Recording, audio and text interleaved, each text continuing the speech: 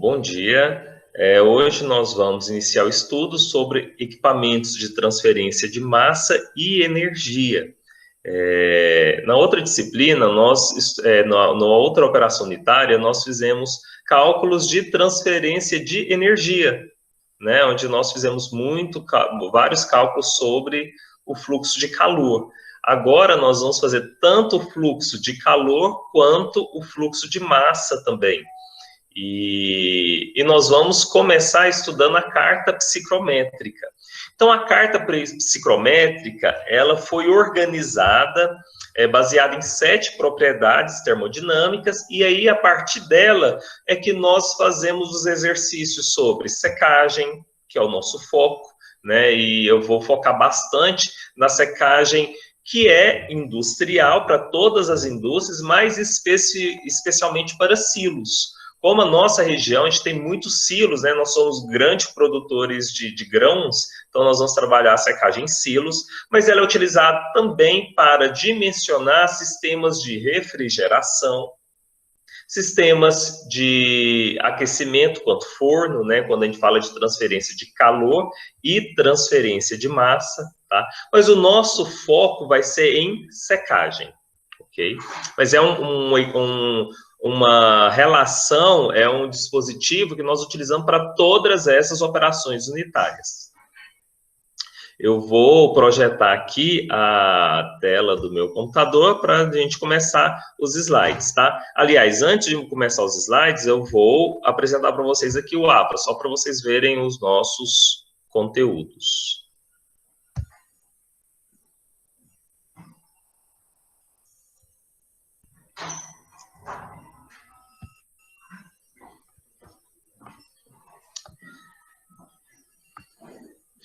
Então, pessoal, aqui, ó, lá no aba, vocês vão entrar, tá? E lá embaixo, eu coloquei aqui, ó, transferência de massa e energia. Então, tem a primeira aula, onde eu trouxe aqui um arquivo, que é um capítulo, que é utilizado em outras universidades, tá? Onde fala princípios básicos de psicometria. Então, esse arquivo é para dar o subsídio para vocês. Daqui um pouco, depois que eu fizer a apresentação dos slides, eu comento um pouquinho sobre ele, tá? Mas aqui, ó, vai ser a base do que nós estamos estudando. Então, vai ser esse capítulo. Então, para facilitar para todo mundo, você pode estudar por ele. E nós vamos começar hoje os slides. Então, os slides, eles estão aqui. Deixa eu voltar.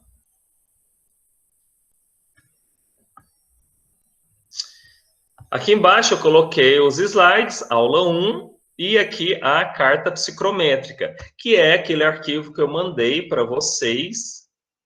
Ixi, veio errado, ó. Então, vou ter que mudar lá, tá? Então, vou colocar lá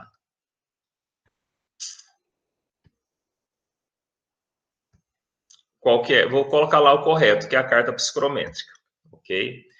E aqui nós temos esses slides que vão ser baseados naquilo que tem naquele capítulo, tá? Que vocês vão estar estudando.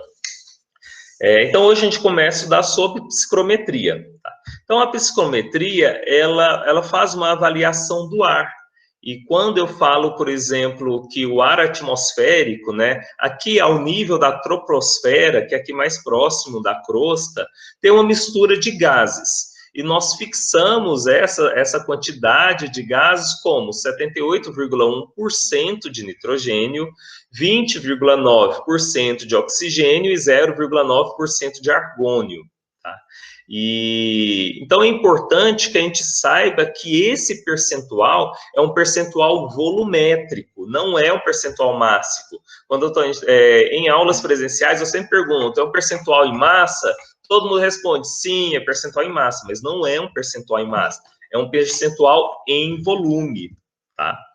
Ele é um percentual em volume porque nós... Deixa eu só adicionar aqui quem chegou. Permitir. Porque nós estamos avaliando gases, e quando nós estudamos sobre o comportamento dos gases, né, eles se comportam, a gente avaliando agora em termos de gases ideais e gases reais, quando a gente pega o princípio das colisões, nós avaliamos quimicamente sempre um percentual volumétrico. Então, quando eu falo, por exemplo, que nesse copo tem, supondo, 100 moléculas de ar. Então, isso significa que eu tenho 21 moléculas de oxigênio, e não 21% da massa em oxigênio, mas 21 moléculas de oxigênio. Isso aqui vai ser importante para algumas relações que que eu vou mostrar mais à frente. Tá? Então, nós temos esse percentual, é um percentual volumétrico. Tá? E esse é um percentual que nós chamamos de ar seco, tá? Porque nas nossas contas a gente sempre vai trabalhar com ar úmido. O ar úmido ele tem um percentual de vapor de água, e o ar seco ele sempre vai permanecer esses componentes que eu falei em termos de ar, porque a essas temperaturas que são maiores que 100 graus Celsius, todos esses gases vão estar na forma gasosa.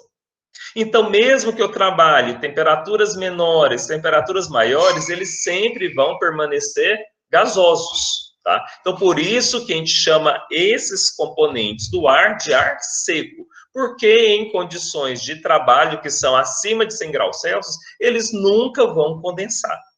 Tá? E em contrapartida, nós temos no nosso ar, o ar presente na troposfera, também uma fase gasosa. Essa fase gasosa, que é vapor de água, ela sim vai variar, né, a sua composição de acordo com o dia, de acordo com a estação do ano, de acordo com as condições climáticas, né? Que é as relações que nós conhecemos hoje como umidade relativa, né? A gente vai lá pensar, olha, a umidade relativa está 50%. Nossa, hoje a umidade relativa está 10%, então tem que tomar cuidado, tem que beber mais água e tudo mais. Então, é nesse sentido. Então, a definição do termo psicrometria vem... A palavra originou-se do termo grego psicro, que significa frio, e metro, que significa medir. Então, é uma medida do resfriamento provocado por esse ar. Então, quando eu ligo o ventilador, né, e esse ventilador está circulando o ar, eu vou sentir um resfriamento. E esse resfriamento é ocasionado pela convecção forçada, uma convecção forçada porque eu tenho um dispositivo mecânico que vai fazer com que eu tenha uma velocidade do ar maior do que a normal. Tá? Então, por isso que vem desse termo. Mas ele é uma relação utilizada para avaliarmos tanto a refrigeração quanto a secagem, porque a gente vai avaliar também a quantidade de água que está sendo retirada ou adicionada, né? Da mesma forma que a gente vai avaliar também se vai refrigerar ou se vai aquecer. Então, a psicometria é uma ciência que estuda o envolvimento das propriedades do ar úmido, que é esse ar que nós utilizamos, o ar da troposfera, em processo, seja ele de secagem, de umidificação, de resfriamento ou aquecimento, na mudança da temperatura ou do conteúdo de vapor de água da mistura. Então, é isso que nós vamos avaliar. A transferência de massa está em função desse conteúdo de água, do alimento, do material a ser seco e do ar, e também a transferência de calor, seja da corrente de ar para o meu material ou vice-versa. Então, nós vamos avaliar os sistemas de aquecimento e refrigeração. Por isso que é um balanço de massa e balanço de energia. Então, a quantidade de vapor que existe em determinada atmosfera é limitada para cada valor de temperatura. Por isso que quando nós falamos de umidade relativa, ela é relativa ao que é a temperatura. Tá? E a gente pensar, então, se eu tenho umidade relativa de 50%, quer dizer 50% dos gases presentes é vapor de água? Não, não é isso. Tá? Quando a gente fala relativo, é relativo às condições do meio. E é relativo principalmente a qual variável? Temperatura. Tá? E é isso que nós vamos estudar agora. Então, quando eu falo umidade relativa, ele não me dá uma quantidade de um valor que expresse absolutamente a quantidade de água presente no ar. Ele dá uma quantidade de água relativo à capacidade do ar de reter vapor. Ou seja, quanto maior a temperatura, maior a capacidade do ar de reter vapor. Então, por isso que é uma relação diferente. Nós vamos ter uma outra propriedade, que a gente chama de umidade absoluta, que vai dar minha quantidade exata de vapor de água presente no ar seco. Mas aí é outra história. Então, temperaturas mais elevadas permitem a existência de maior vapor de água do que as temperaturas mais baixas. Por isso que quando eu ligo o ar-condicionado, e o ar-condicionado funcionando, ele reduz a temperatura. Se ele reduz a temperatura, ele reduz a capacidade do ar de reter vapor. Por isso que tem a mangueirinha lá do ar-condicionado que fica gotejando água. Tá? E ele retira a umidade, porque quando você reduz a temperatura, você reduz a quantidade de vapor de água presente no ar. Nós chamamos de gás saturado quando um gás está na iminência de começar a condensar. Ou seja, ele já tem o máximo de água que ele suporta. Se eu colocar um pouco mais, essa água vai condensar. Então, ele já está saturado, ele já comporta a maior quantidade de água possível. Da mesma forma, eu chamo líquido saturado se um líquido está prestes a vaporizar. Ou seja, ele já está na sua condição máxima, onde qualquer acréscimo, seja uma pequena redução na pressão ou um pequeno acréscimo de calor, ele vai vaporizar. Então, ele já está no limite. Essas duas condições são dadas pelos pontos de orvalho e ponto de bolha. Ponto de orvalho é aquele limite no qual eu ultrapasso e o vapor de água condensa. Por isso que a gente chama de ponto de orvalho. Por exemplo, no período da noite, a grama ela fica cheia de orvalho, porque no período da noite a temperatura cai, e no que a temperatura cai, ela passa o ponto de orvalho, ou seja, é o ponto onde o vapor de água presente na atmosfera se condensa. O ponto de bolha é o inverso. Tá? É aquele ponto onde, se eu extrapolo a mais, seja na variável pressão ou na variável temperatura, essa água que está no estado líquido passa para o estado vapor. Então, temperatura de ponto de orvalho é a temperatura em que o ar úmido se torna saturado, ou seja, quando o vapor de água começa a condensar-se por um processo de resfriamento. Temperatura de ponto de bolha é a temperatura em que a água começa a evaporar-se por um processo de aquecimento. Tá? Saturação. Se um gás puro entra em contato com um líquido, o gás receberá vapor de água. Se o contrário for prolongado em um tempo suficiente, atinge o equilíbrio, no qual a pressão parcial do líquido vaporizado se iguala à pressão do vapor de água daquela substância naquela determinada temperatura, tá? Que é o conceito lá de Dalton, que eu vou mostrar lá para frente, de pressão parcial. Então, o gás, então, estará saturado com vapor e a vaporização não provocará um aumento na quantidade de vapor presente no ar, no gás. O vapor estará no seu ponto de orvalho. É igual quando eu pego uma garrafinha de água, tá? Supondo que eu bebi até a metade. Fechei a minha garrafinha. Tá? Então, com o tempo, ela vai entrar em equilíbrio. Mas lembrando lá, quando nós estudamos química, que é um equilíbrio dinâmico, né? Igual quando nós estudamos lá a lei de Le Chatelier, lá para quando eu tenho uma equação química, né, onde eu tenho reagente, produto e uma setinha. Então, quando eu falo de equilíbrio químico, significa o quê? Que, supondo que eu tenha, por exemplo, sei lá, uma reação ácido-base. tá? Uma reação de neutralização, tem 2 ácidos e o sal. Então, quando eu falo de equilíbrio dinâmico, equilíbrio químico, significa que, ao mesmo tempo que eu tenho a seta indo para o sentido, eu tenho outro, então está em equilíbrio. Quando eu tenho a garrafinha, também ele permanece nesse equilíbrio, mas quando eu falo equilíbrio, não é um equilíbrio absoluto. Naquele momento, mesmo que eu mantenha o meu sistema em um regime permanente, ou seja, a temperatura é exatamente a mesma, se a garrafinha está fechada, a pressão interna é exatamente a mesma, eu não posso afirmar que todas as moléculas de água já se tornaram vapor e aí o sistema está estabilizado.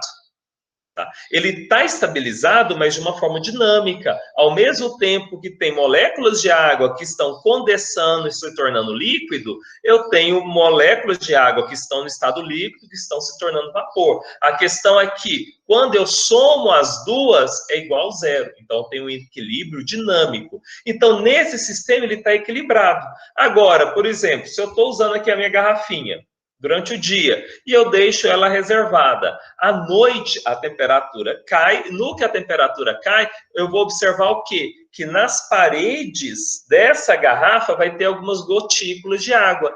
Ou seja, eu perturbei o sistema que era permanente, agora é um sistema transiente, porque a temperatura ela está variando com o tempo. Se a temperatura varia, significa o quê? Que a pressão interna que cada gás exerce reduz. Porque se eu reduzo a temperatura, eu reduzo o grau de agitação das moléculas, eu reduzo a quantidade de colisões internas desse gás e automaticamente eu vou reduzir também a pressão do vapor de água. Então, a quantidade de vapor de água presente nesse equilíbrio vai ser menor. E o que vai acontecer com o excesso desse vapor de água? Ele se condensa e fica nas paredes, tá? Então, quando eu tenho um sistema fechado, o vapor de água ele está em equilíbrio. Se você reduz a temperatura, ele vai buscar retornar ao equilíbrio para aquela nova temperatura, fazendo com que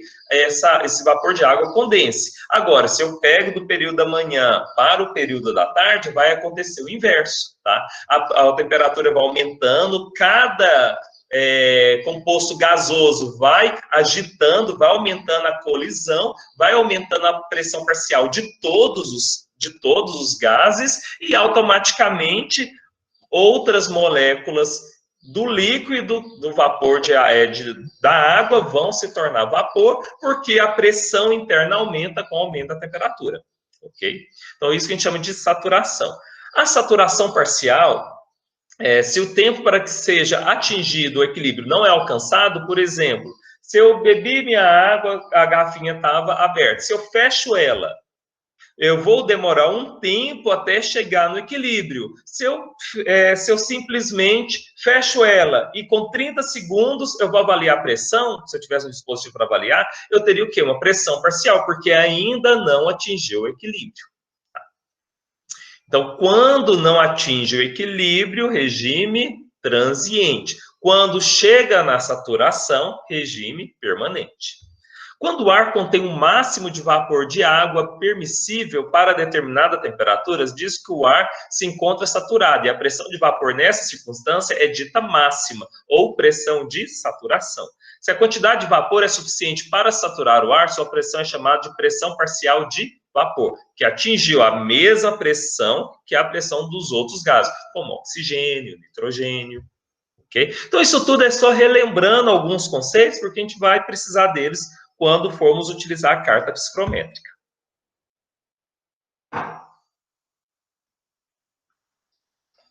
Então, da mesma forma, né, nós temos aí a lei de Dalton, onde a pressão total vai ser a somatória das pressões parciais.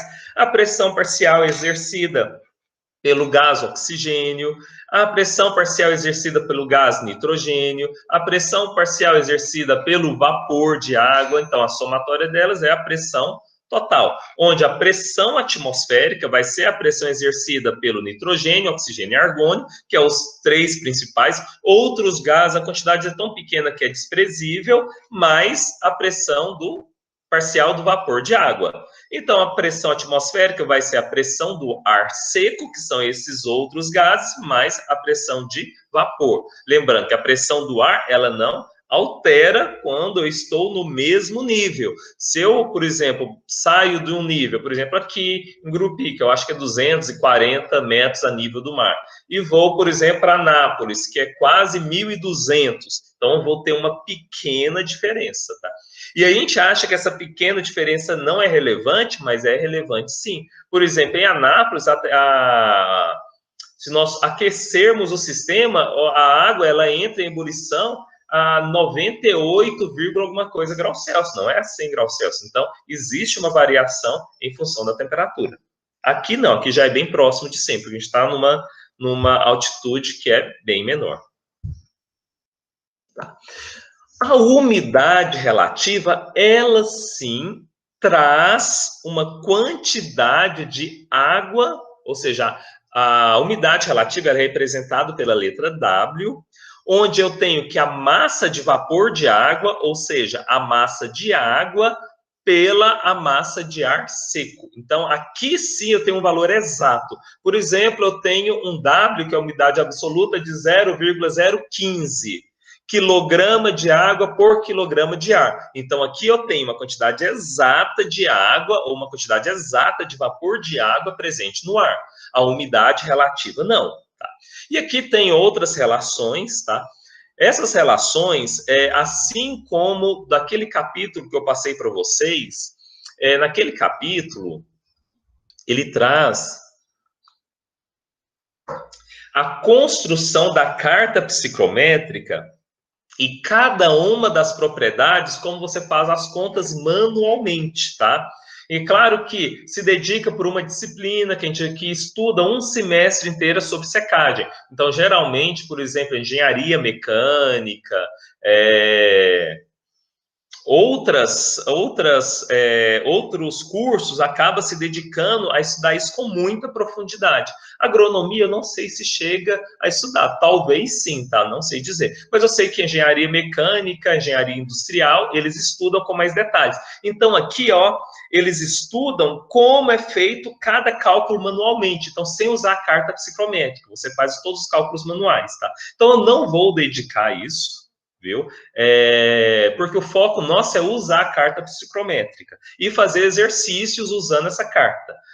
Então, por isso que eu não vou entrar em detalhes, nesse outro material, ele dedica cada uma dessas propriedades psicométricas, os cálculos específicos para cada uma delas. Então, começa lá com pressão de vapor. Então, a pressão de vapor é a primeira propriedade termodinâmica da carta psicométrica, onde se faz os cálculos todos manuais. Então, quem quiser aprofundar, naquele capítulo, ele demonstra e ensina como fazer cada uma delas, tá? Mas nós não vamos fazer os cálculos manuais para todas as propriedades termodinâmicas, senão a gente não consegue fazer o balanço de massa e de balanço de energia, que é o foco da nossa disciplina. O que eu quero que a gente consiga fazer no final da nossa disciplina é que vocês façam balanço de massa, balanço de energia para secagem de silo. Esse é o objetivo. Então, nós vamos fazer as contas usando a carta psicométrica. Então, os dados para a resolução dos exercícios não vão ser calculados manualmente. Nós vamos cruzar os dados na carta e retirar os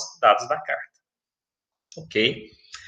A umidade relativa é uma outra propriedade psicométrica, ok? Nessa propriedade, nós vamos ter uma relação. Como eu falo, umidade relativa, ela é relativa ao quê? A pressão de vapor de saturação da água no meu sistema. Ou seja, se eu tenho na minha garrafinha, eu tenho um pouco de água, eu fechei. Esperei dar o tempo para o equilíbrio. Então, supondo, entrou em equilíbrio, está saturado, se a pressão de vapor no sistema é igual à pressão de saturação, então 1 dividido por 1 vezes 100 igual a 100%. Então, se o ar está saturado, a umidade relativa é 100%. E o nosso ar, como que vai ser? Então, para nós calcular o nosso ar agora, eu preciso saber a pressão que o vapor exerce dividido pela pressão de vapor saturado, ou seja, o máximo que ele consegue comportar. Aí eu pego esse valor, dividido por esse, vezes 100, eu tenho um percentual. Então, quando eu falo que a umidade relativa está 50%, significa que eu tenho vapor de água na quantidade que corresponde a 50% que o ar a essa temperatura comporta. Então, cada temperatura vai comportar de uma forma diferente. Ok?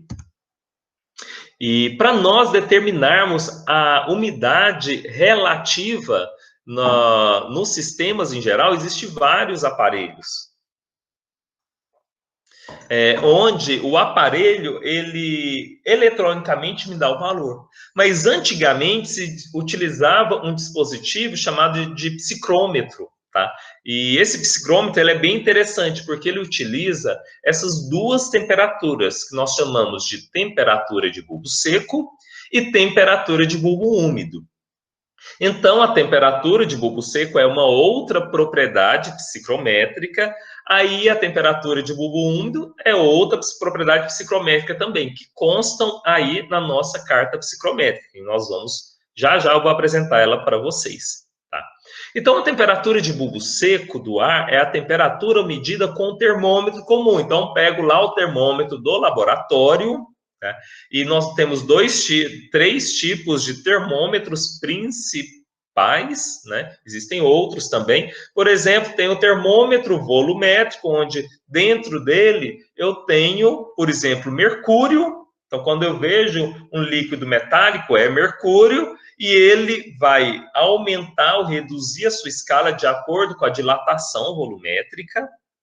Nós temos também termômetros que são feitos com solução alcoólica, que é aquele termômetro com uma solução de coloração vermelha. Tá? Então, esses são os termômetros volumétricos. Então, o termômetro, a temperatura de bulbo seco é quando eu estou medindo a temperatura do ar. Eu só olho a temperatura que está medindo o ar naquele momento. Tá? Então, o termômetro volumétrico é o primeiro tipo de termômetro. Nós temos também os termômetros digitais, que eles se baseiam pela dilatação de dois metais diferentes. Então, se esse metal ele dilata ou não, você tem um sistema, ele mede a resistência elétrica que passa por esse metal, e aí, de acordo com a temperatura, ele consegue verificar essa diferença, e aí você tem um outro tipo de termômetro, que também te usa bastante, e o termômetro por radiação, que é aquele que hoje está sendo muito utilizado, né? Você tem a radiação infravermelho. Então, você aponta a radiação infravermelho, por exemplo, antigamente usava na testa, né? Aí viu que é um pouco perigoso, porque ele aumenta a temperatura, não é legal que vá para os olhos. E aí agora eles estão medindo o pulso, mas também não importa, né? Onde você tem radiação infravermelha, a radiação ele entra em contato com o material e você consegue verificar qual que é a temperatura, tá? Então a temperatura de bulbo seco é a temperatura do ar comum. Já a temperatura do bulbo úmido, eu pego um chumaço de algodão ou um tecido, uma bolsa de tecido, coloco no bulbo do meu termômetro, supondo que aqui esteja o meu termômetro, eu coloco no bulbo um chumaço de algodão mergulhado em um recipiente com água. Então, o que vai acontecer aqui termodinamicamente? Isso aqui é fundamental, porque é a base de todo o nosso estudo. Quando eu deixo ele imerso em água, o que vai acontecer com a água que está presente nesse bulbo? A água que está presente nele vai evaporar, porque o ar que nós estamos aqui nesse momento não é um ar saturado. É um ar que tem uma quantidade de vapor de água bem menor que a sua saturação. Então, nesse caso, o que vai acontecer? Como a água o vapor de água não está saturado, ela vai evaporar. Quando ela evapora, ela vai retirar a energia de onde? Do meu sistema. Porque para ela sair do estado líquido e passar para o estado gasoso, ela precisa de energia. Quem vai fornecer? O bulbo. Assim, nós vamos ter uma temperatura menor que a temperatura de bulbo seco. Então, a temperatura de bulbo úmido é uma temperatura que é mais baixa que a bulbo seco, e ela vai ser menor quanto menor for a umidade relativa do ar. Quanto menor for a umidade relativa do ar, maior a quantidade de moléculas de vapor que vão sair do estado líquido e passar para o estado gasoso, roubando mais energia e reduzindo mais a temperatura. Se, porventura, esse termômetro estivesse numa sala que tivesse com vapor de água saturado, o que ia acontecer? Nenhuma molécula ia evaporar por conta disso. É claro que teria um equilíbrio dinâmico, mas a temperatura de bulbo úmido seria igual à temperatura de bulbo seco. Então, quando nós construirmos a carta psicrométrica, a gente vai construir juntos daqui um pouquinho, a gente vai perceber que a temperatura de bulbo seco, ela é maior, e a temperatura de bulbo úmido, ela coincide com a curva de umidade relativa de 100%. Porque nesse chumaço de algodão molhado, ele vai ter o máximo de água possível que comporta. Então, a gente considera uma umidade relativa de 100%. Então, essa é a diferença entre eles. Temperatura de bulbo seco mede a temperatura normal do ambiente, temperatura de bulbo úmido vai medir a temperatura considerando aquele sistema com umidade relativa de 100%. Automaticamente, ele vai abaixar a temperatura. Tudo bem, pessoal? Eu não estou vendo nenhuma mãozinha, mas se alguém quiser fazer alguma pergunta sobre essas ou as outras propriedades termodinâmicas, pode ativar o microfone.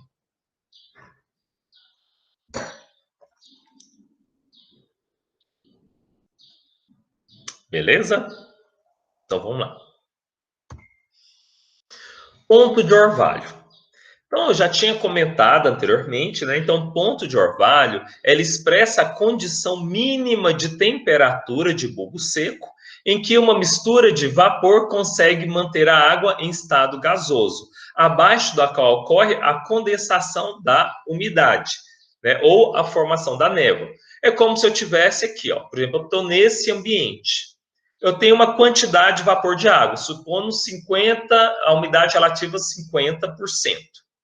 Se eu começo a refrigerar esse ambiente, o que vai acontecer? Se eu reduzo a temperatura, a pressão parcial do oxigênio, do nitrogênio, vai reduzir. No que ele vai reduzindo, a pressão de vapor da água também reduz. No que essa pressão vai reduzindo, essa umidade que estava 50%, se eu reduzo a temperatura, vai para 60%. Se eu reduzo a temperatura, 80%, ou seja, a quantidade de água eu não altero, permanece a mesma, a quantidade de água, mas a capacidade do ar de reter água vai reduzindo, então a umidade vai aumentando. Se eu reduzo mais a temperatura, ela chega em 100%, ou seja, saturou.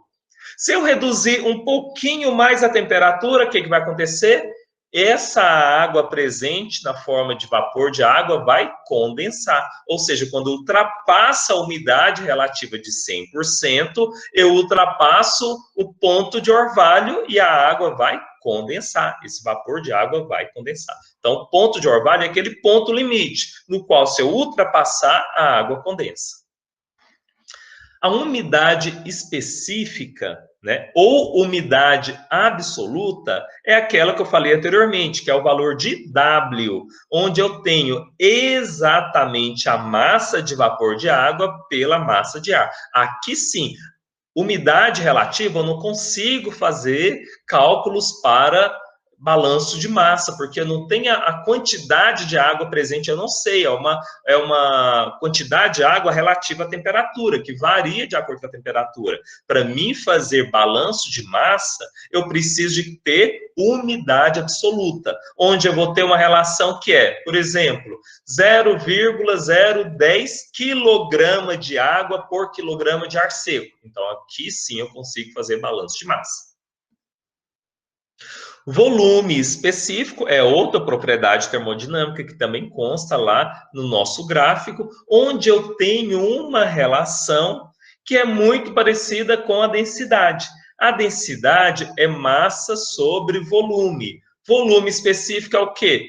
Volume sobre a massa. Então, eu tenho uma relação que vai ser metros cúbicos de ar por quilograma de ar. Ou seja, massa volume pela massa. Então, o volume específico é uma variável que é uma função inversa da densidade. Então, da mesma forma que eu utilizava a densidade para converter volumes em massa ou massa em volume, o volume específico também eu vou usar ela com a mesma finalidade. Se eu tenho uma vazão volumétrica, eu quero converter uma vazão mássica, uso o volume específico. Ou se eu tenho uma vazão volumétrica, quero mássica, ou se eu quero a mássica, pretendo converter para volumétrica, e vice-versa, ok?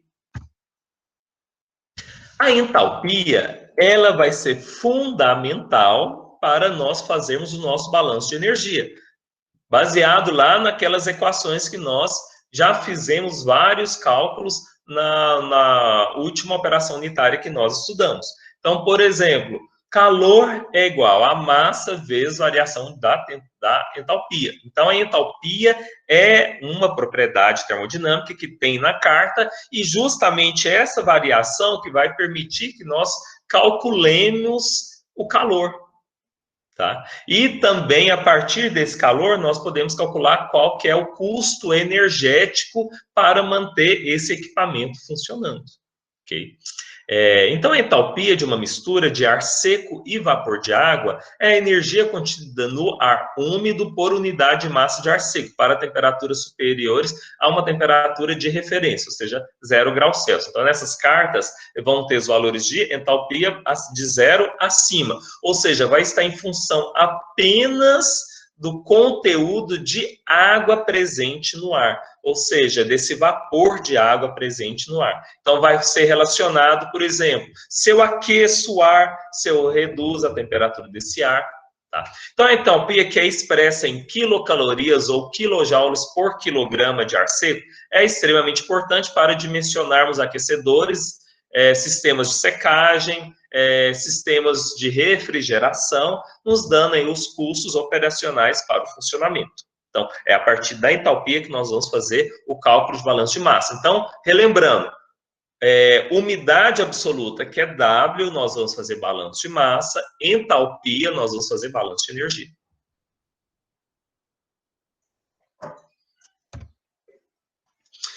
Os medidores utilizados para se determinar a umidade relativa do ar são higrômetros de condensação, que se baseia na determinação do ponto de orvalho, higrômetros de absorção usados em laboratório, onde a determinação é feita passando através de uma substância higroscópica, um volume conhecido de ar, cujas propriedades deseja se determinar.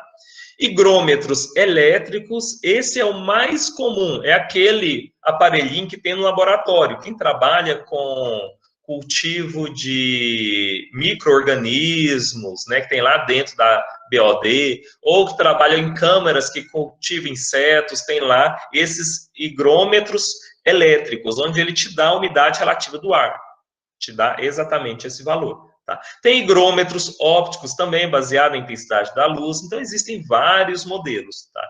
E os higrômetros de difusão, que consta de uma câmara fechada, tendo uma placa porosa em uma parede. Então, você tem vários equipamentos, mas hoje o que se tem é o higrômetro elétrico, que é esse que é um dispositivo que você coloca na tomada e ele já te dá o valor direto de forma digital.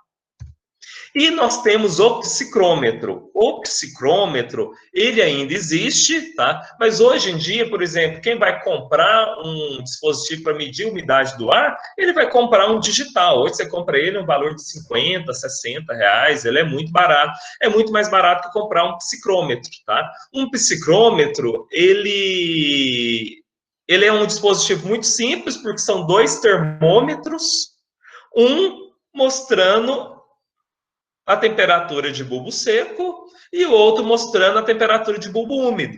É só isso. O único inconveniente é que eu vou precisar de consultar uma tabela para mim obter a umidade relativa do ar. Então, isso já faz que seja um pouquinho mais chato, tá? E por que nós utilizamos o psicrômetro? Tá?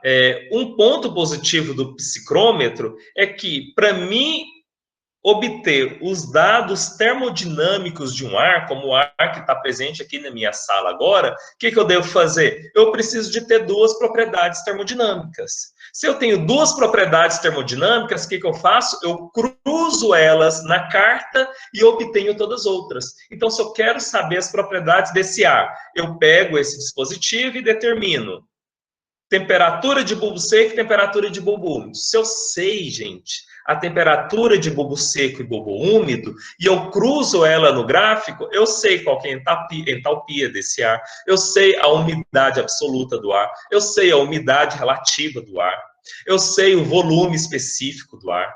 Então, eu conheço todas as propriedades termodinâmicas desse ar. Mas supondo que eu não quero saber todas as propriedades termodinâmicas, por exemplo, para cultivo de micro-organismos, para cultivo de insetos, e às vezes até em laboratórios químicos, por exemplo, lá nas indústrias farmacêuticas de Anápolis, provavelmente nas outras também, a sala no qual se pesa os princípios ativos tem um equipamento que é um higrômetro elétrico para determinar a umidade. Porque se você tem uma umidade muito alta, você interfere na qualidade do produto final. Tá? Especialmente para alguns princípios ativos que têm uma alta afinidade pela água, e a presença da água também reduz o tempo de prateleira do medicamento, ou seja, a estabilidade dele. Tá? Então, por isso que essa variável ela tem que ser muito bem controlada. E acaba que nesses locais tem esse higrômetro que faz o controle da umidade relativa do ar. Então, se eu quero apenas saber a umidade relativa do ar, seja nas indústrias químicas, seja nos laboratórios para criação de micro-organismos, eu posso determinar essas duas temperaturas. E a partir daí eu utilizo esse gráfico e cruzo os meus dados, tá? E quando eu cruzo os meus dados, eu consigo chegar na minha temperatura. Vamos fazer um exemplo aqui, ó.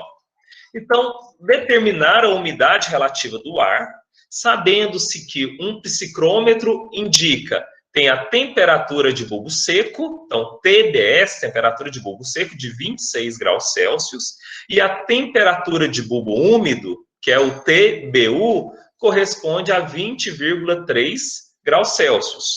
Então, se eu tenho esses dois valores de temperatura, e veja, a temperatura de bulbo úmido, por que ela é mais baixa? Pelo motivo que eu falei anteriormente, como você colocou um chumaço de algodão mais água, automaticamente a temperatura reduz. No que a temperatura reduz, devido que essas moléculas de água aqui evaporam, no que elas evaporam, automaticamente ele precisa de energia. Quem vai fornecer energia é o bulbo do termômetro, fazendo com que você tenha o que é chamado de depressão de temperatura. Então vamos lá. Solução para esse sistema. Como que eu consulto a tabela?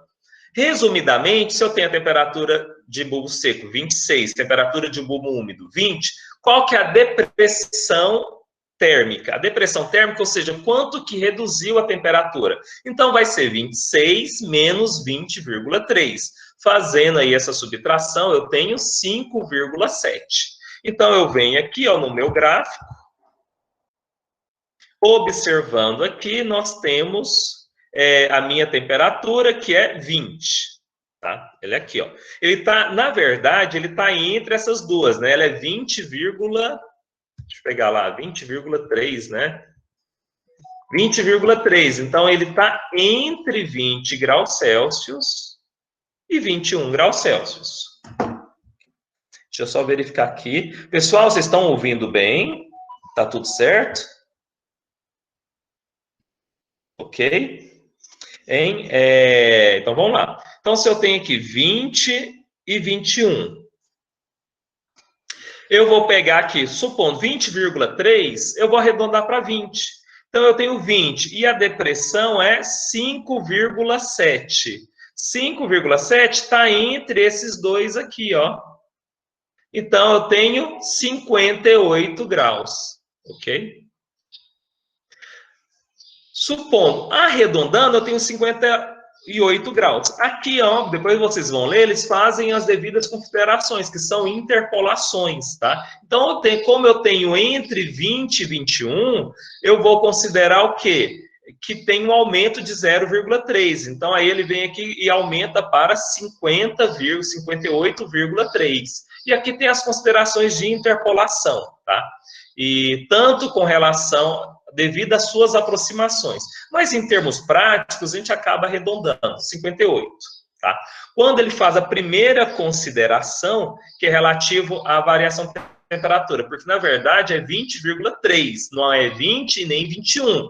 Interpolando, você chega a 58,3.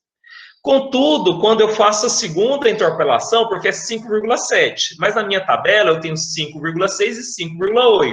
Aí nós vamos obter um valor que é 57,3. Mas, gente, arredondando, 58. Na indústria, a gente sempre arredondava. Mas, no nosso caso, nós não vamos fazer essas contas, porque nós vamos jogar isso onde? Na minha carta psicrométrica, que é essa carta que vocês estão vendo aqui. Tá? Então, antes de passarmos para essa carta, vamos fazer uma pequena pausa e aqui eu vou explicar a construção da carta. Então, nesse momento, quem tiver alguma pergunta, pode fazer agora, tá? E agora, nessa próxima etapa, nós vamos já utilizar a nossa carta. Aqui foi só alguns conceitos gerais, tá? Só uma relação, uma avaliação geral do meu sistema, ok? Alguma pergunta? Se tiver, pode manifestar. Deixa eu ver aqui no chat. Tudo certo? Ok. Pode ligar o microfone se alguém quiser. Se não, vamos fazer um pequeno intervalo e voltamos em 5 minutos, ok?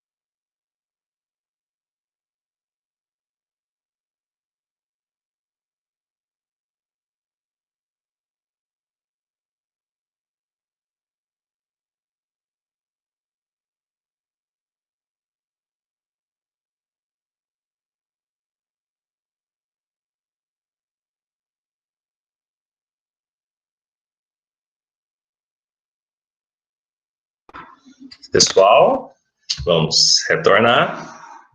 Tá.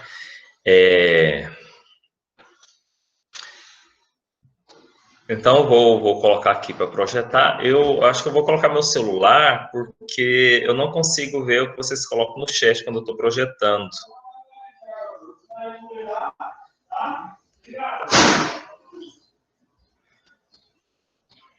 Deixa eu ver se eu consigo aqui.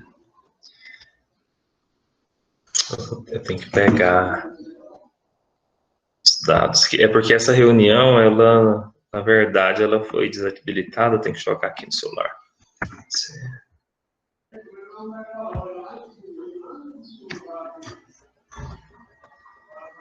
Deixa eu entrar aqui.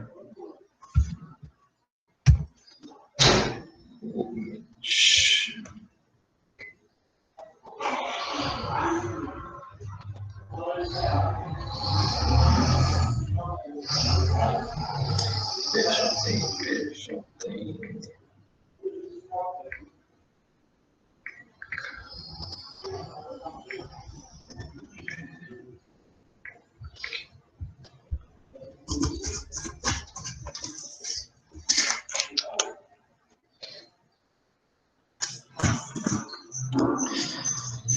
Bom, então vou projetar aqui novamente a tela do meu computador.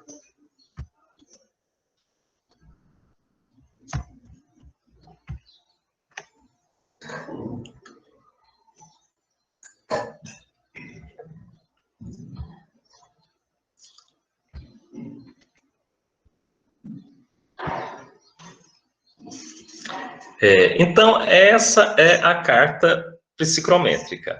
Eu vou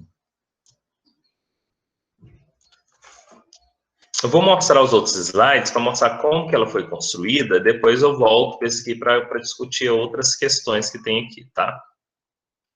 Então, vamos lá. Então, a carta psicométrica, ela nos traz várias proporções, tá? Várias propriedades termodinâmicas. A primeira delas é que a pressão de vapor, ela está localizada aqui, ó, na esquerda, tá? E essa pressão de vapor que vocês estão vendo aqui em verde, tá? Então, na carta, se vocês peguem a carta aí de vocês, quem fez a impressão, já observem na carta de vocês. Lá na lateral esquerda tem uma...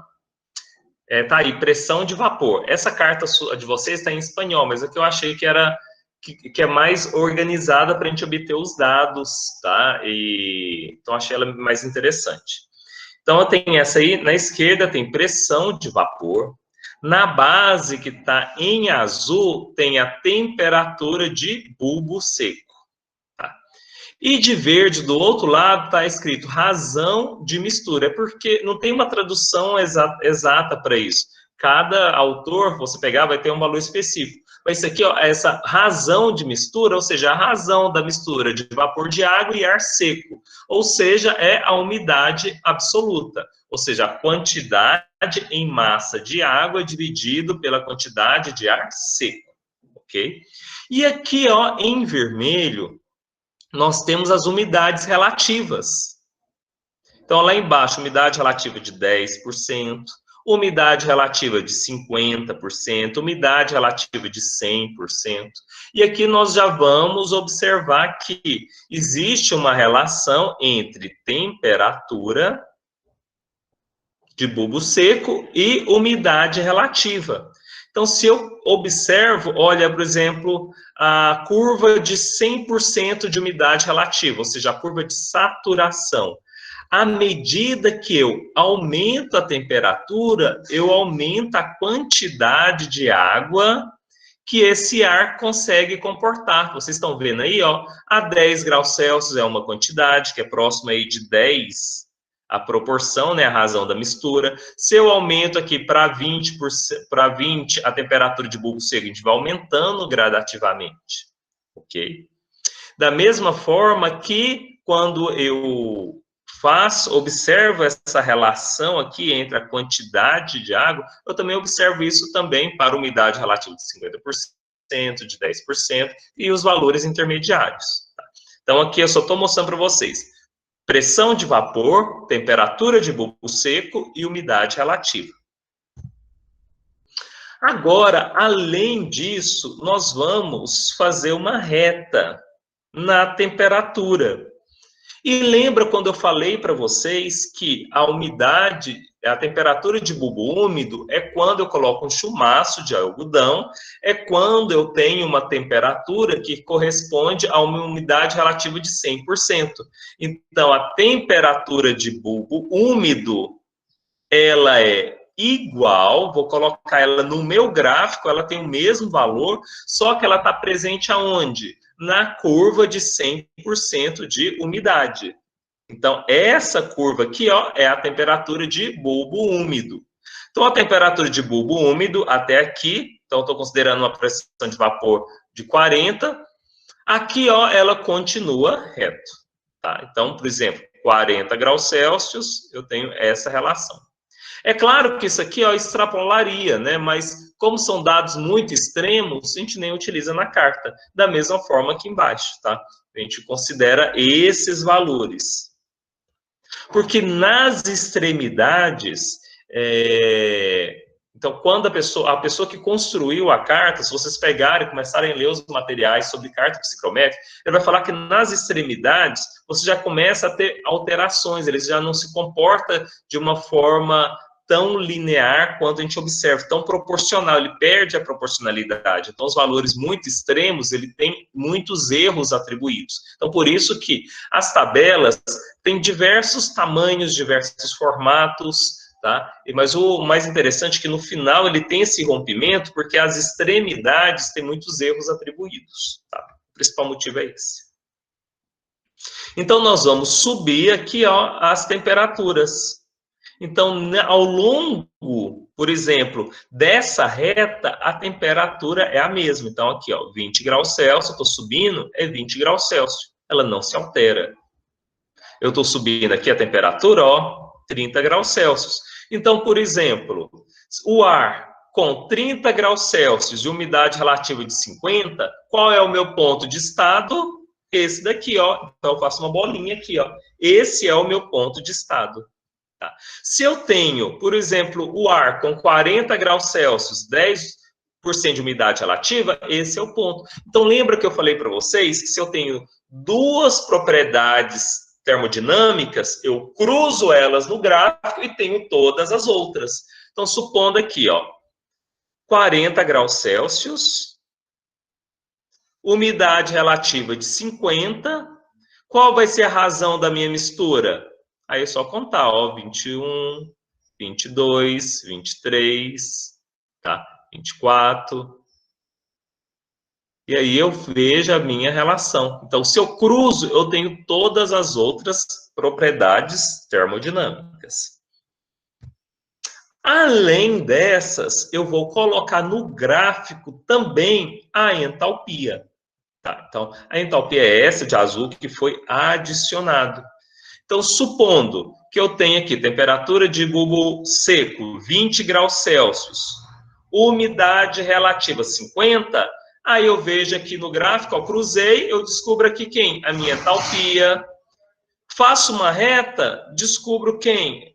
A razão de mistura. E tendo esses dois valores de entalpia e de umidade absoluta, eu consigo fazer o quê? Balanço de massa e balanço de energia.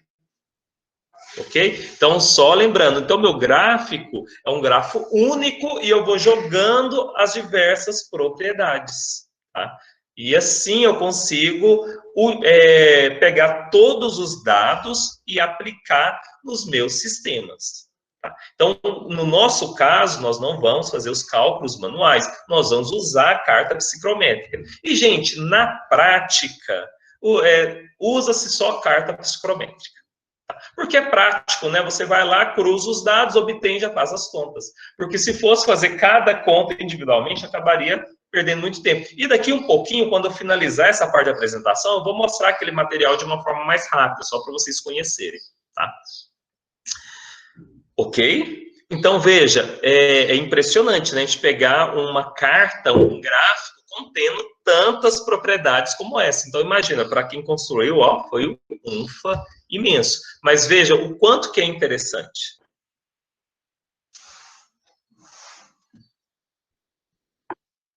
Pessoal, se tiver alguma pergunta, pode fazer, tá? Tudo tranquilo? Professor.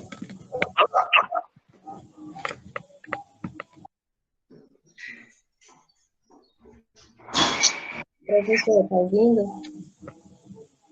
Estou te ouvindo, pode falar. Sobre esse arquivo que você mandou em PDF, eu imprimi aí em cada página, são 2 gráficos, no caso, para cada exercício, porque eles são idênticos, né? Sim, os gráficos são idênticos. É porque eu coloquei em 2 páginas para vocês economizarem dinheiro, tá? Só por isso. Ah, tá, estou tentando olhar aqui, mas já entendi aqui, mais ou menos.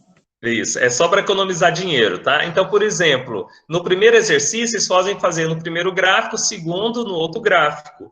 É mais só para vocês se organizarem também, para ficar mais barato, beleza? E tem outros modelos também, esse é que eu achei que ficasse melhor. Tá? E aí, e foi bom você ter falado isso, obrigado. Primeiro, a mãozinha, eu não vi vocês levantando a mãozinha, mas eu ouvi um barulho. Eu ouvi o barulho da mãozinha, então funciona. Quando vocês quiserem fazer uma pergunta, pode levantar a mãozinha, aí, que aí eu vou ouvir o barulho aqui, aí eu vou fechar a ideia e eu abro para a pergunta. Então deu certo. E foi bom você ter falado isso também, então lembrando aí na carta de vocês. Então, quem fez a impressão, então olha aí para a sua carta e já identifica a temperatura de bulbo seco na base, a entalpia, vê aí a reta da entalpia. A entalpia aqui eu coloquei só para esses valores, mas na verdade são vários os valores para a entalpia, tá? Então, vocês vão observar as entalpias para todas elas, observa o valor aí está em quilojoules por quilograma, observa aqui do lado a razão de umidade, que na verdade é a umidade absoluta, tá? Que está aqui do lado, que é quilograma de água por quilograma de ar seco. Aqui, ó, nessa curvinha aqui, ó, no gráfico de vocês aí, quem fez impressão, vai ver que aqui, ó, tem a umidade, temperatura de bulbo úmido. E a temperatura de bulbo úmido, no gráfico, ela coincide com a temperatura de bulbo seco. Então, isso que é importante que vocês observem para vocês conhecerem o seu gráfico, tá? Porque é a partir dele que nós vamos retirar os dados. E aqui do lado, a pressão de vapor. Se eu não engano aí, a pressão de vapor está em quilopascal, por isso que são valores diferentes. A razão de umidade aí está em quilograma de água por quilograma de ar, por isso que a unidade é diferente. Aí está 0,0010, 008, por exemplo. E a temperatura em graus Celsius. Mais alguma pergunta, gente? Professor, tem uma reta mais inclinada do que a entalpia. Esse valor aí é o quê? É volume específico, é? Isso, é isso mesmo, tá? Eu vou mostrar agora para vocês. Que é nesse desenho aqui de vocês, tá? Que tá de rosinha. Esse que está de rosinha aqui, ó, que é 0,95, 0,90, 0,85, é o volume específico. Então, o volume específico é a função inversa da densidade e nós vamos utilizar ela em muitas contas, como eu tinha falado anteriormente, né? Por exemplo, se eu tenho uma vazão mássica, eu quero converter em vazão volumétrica, eu pego o volume específico. Ou o inverso, geralmente eu tenho sopradores que vão me dar uma vazão em termos de volume de ar, mas para mim fazer a conta do balanço de massa, para mim relacionar aqui com a minha mistura, eu tenho que converter isso para quilogramas, não dá para fazer contas em termos de metros cúbicos. Aí, nesse caso, o que eu faço? Uso o volume específico. Então, quando eu cruzo o meu dado, também eu vou obter essa outra variável, que é volume específico.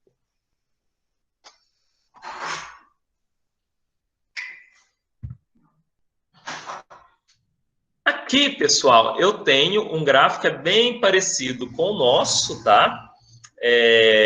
Então, nós vamos observar ele e vai ser a partir dele que nós vamos trabalhar, que nós vamos utilizar, tá? Então, tem os valores aqui, ó, percebam, de umidade relativa, os valores de entalpia, essa entalpia aqui está quilocalorias por quilograma, tá? Então, a gente tem que sempre estar ligado nas unidades. Se precisar, tem que converter.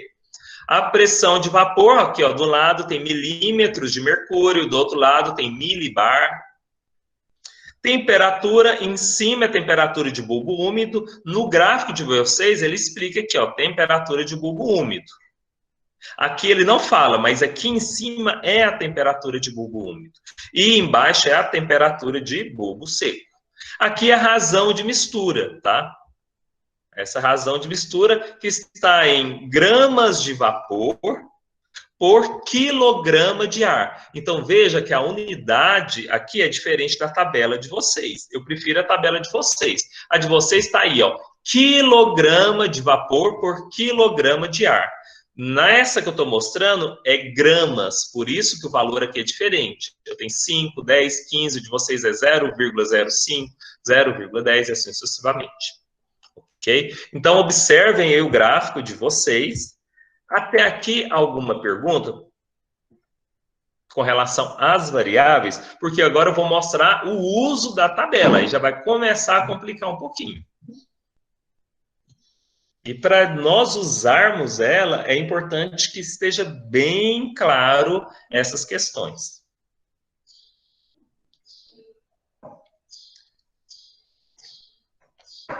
Aliás, não, vamos, eu vou fazer, vamos. Eu estava pensando em mostrar já o outro material para vocês, mas não. Eu vou mostrar como que calcula, porque aí vocês já vão se organizando, aí já dá até para fazer alguns exercícios, vou até postar alguns exercícios. Aí na próxima aula eu mostro aquele material para vocês, tá? Então vou deixar para mostrar na próxima aula. Vamos só fazer alguns exercícios aqui para vocês visualizarem. Deixe-me só voltar aqui para ver aquele primeiro.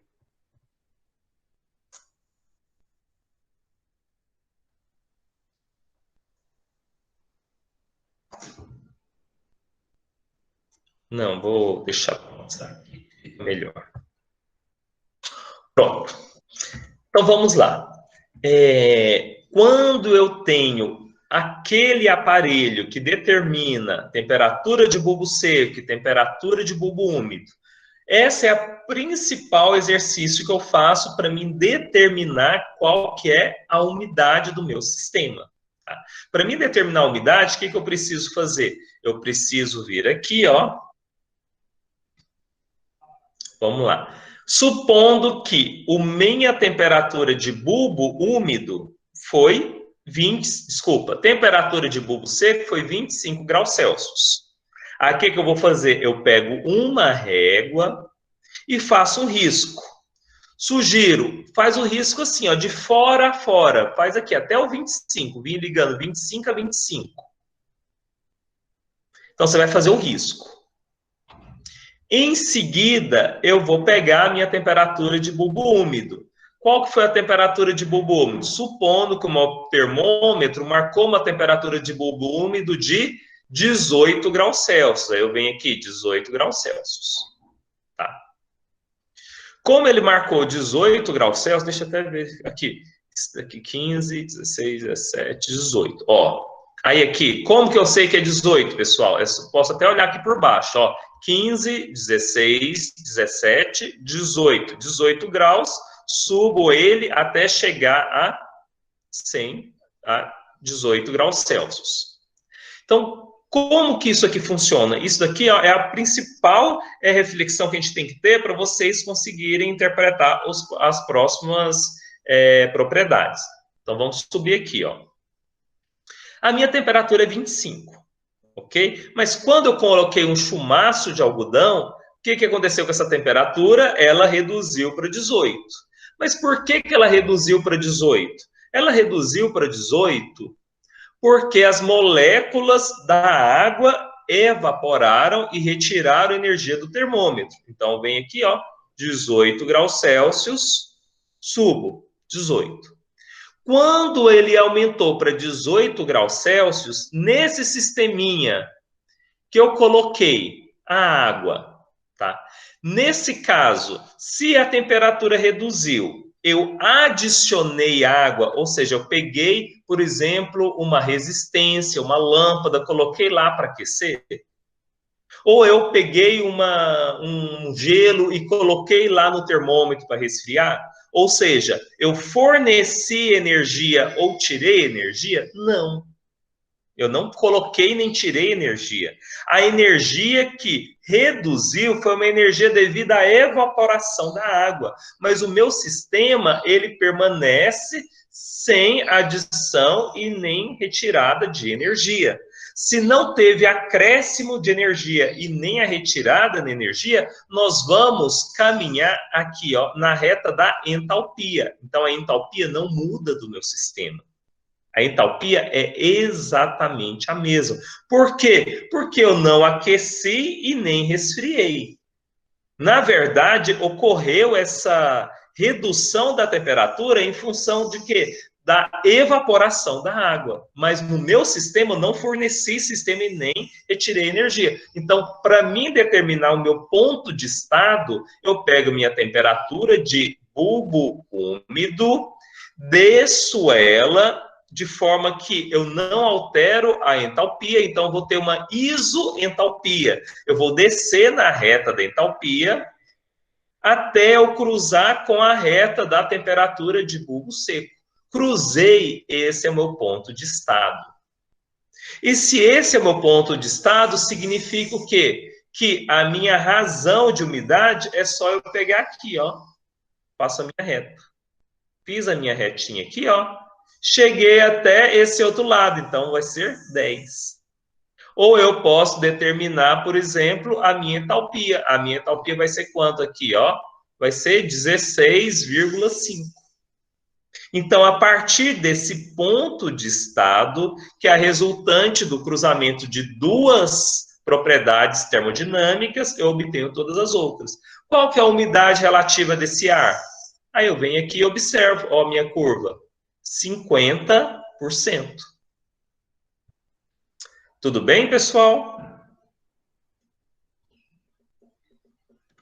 E a partir daqui eu consigo relacionar todos os meus sistemas, tá? Eu vou fazer o seguinte. Alguma pergunta até aqui? Claro, né? Então, ótimo. Deixa eu ver essa figura aqui de baixo. Ó, aqui eu já estou mostrando um outro sistema. Nesse sistema aqui, eu tenho o meu primeiro